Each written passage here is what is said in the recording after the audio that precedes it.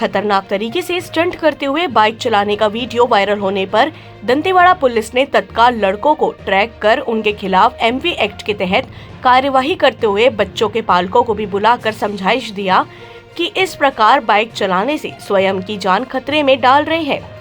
लड़कों के द्वारा अपनी गलती स्वीकार कर दोबारा स्टंट नहीं करने और अन्य लोगों को भी इस संबंध में सतर्क करने का प्रण लिया।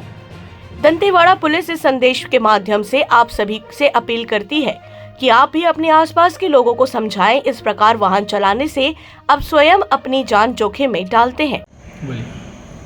पुलिस ने हमें समझाया कि नाबालिग बच्चों को जो स्टंट कर रहे थे वो ना करें। मैं सभी माता पिता से ये अपील करता हूँ कि नाबालिग बच्चों को ऐसा स्टंट जो हमारे बच्चे किए हैं ऐसा ना करने दें।